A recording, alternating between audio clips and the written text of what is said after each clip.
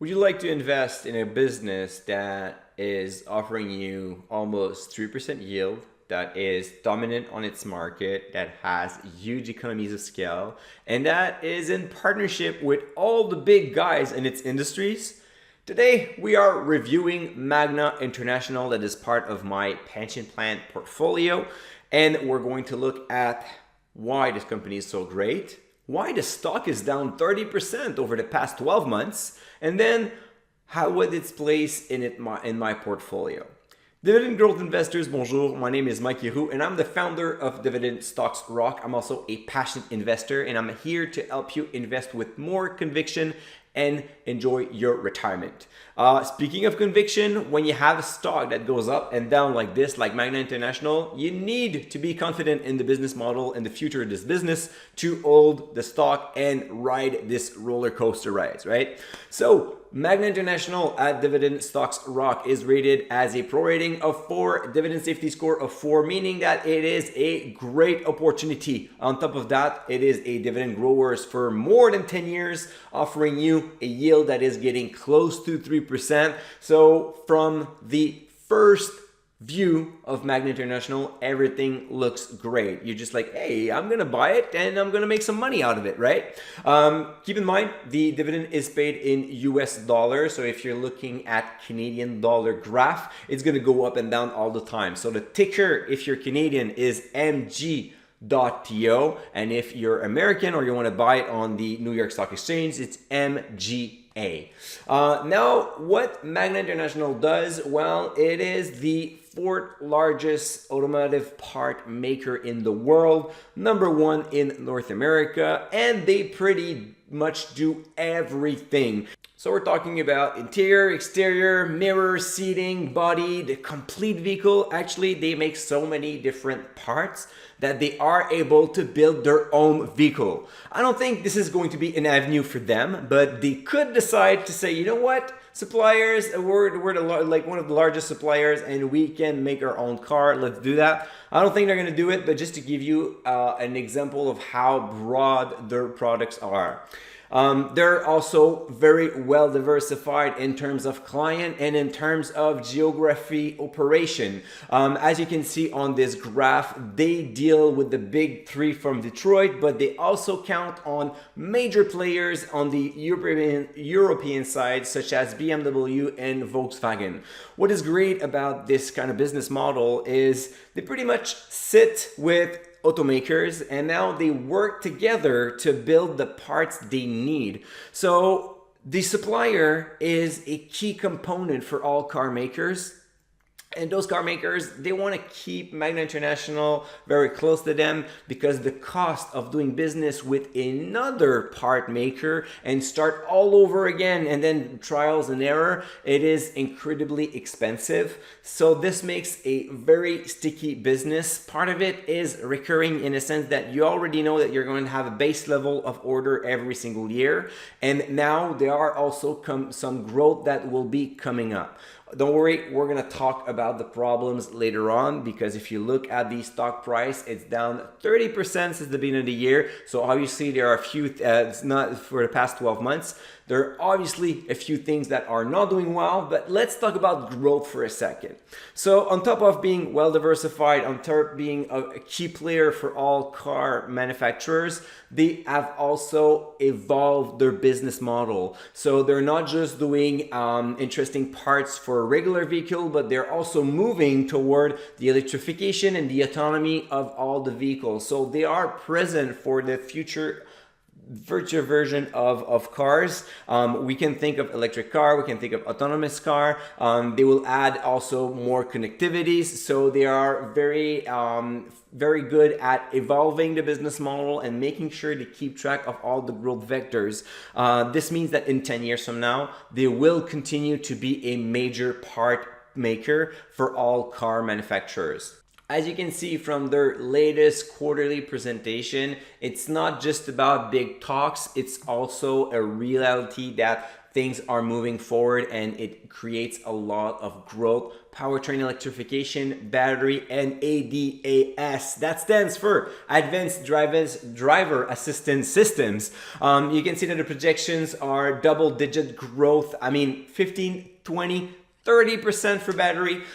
You can expect a lot of revenue growth coming from those new products that Magna International is offering to their car manufacturers, and we can see where the business is going. So if you don't want to miss that train, it's easy to do it with I would say kind of like a safe place to be. So instead of trying to know, is it Ford or Tesla or BMW that will win the electric car battle? You don't have to go there if you're actually buying the guy that is actually making all the pieces for all those guys. So it's easier to play with Magna International in this case, and they will benefit from that growth, no worries.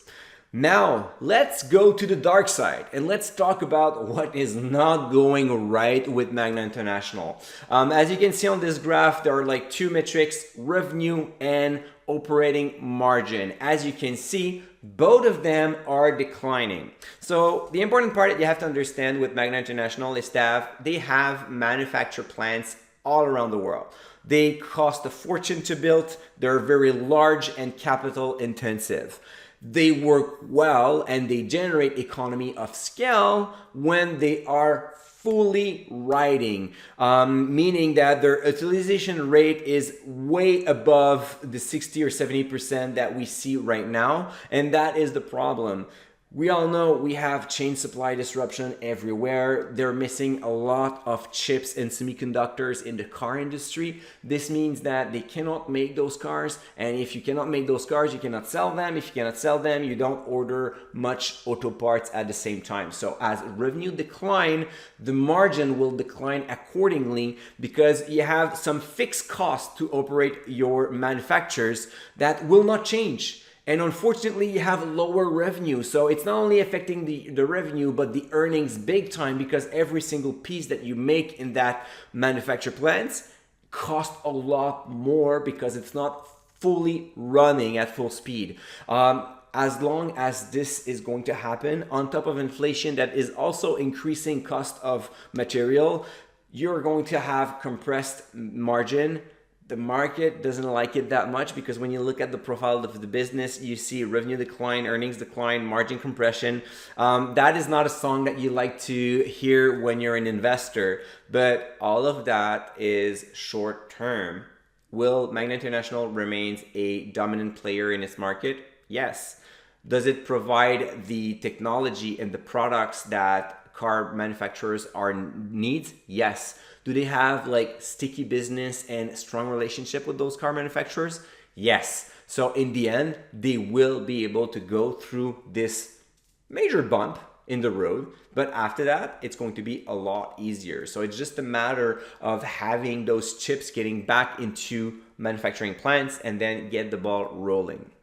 Now, the place of Magna International in my portfolio is a lot more about growth than about income, obviously. As you can see on the graph with the dividend triangle, when you see the stock price, it goes up and down all the time. So it is type of business that will fluctuate a lot. You have to be ready for that, and it's totally normal that it goes up and goes down. It lost 30% over 12 months. This is part of how the market reacts when you have a cyclical company. Magna International is not an industrial stock, it's a consumer cyclical company or consumer discretionary. Why? Because they will make a lot more sales when consumers are confident and they want to buy new cars. This is where Magna International will make money.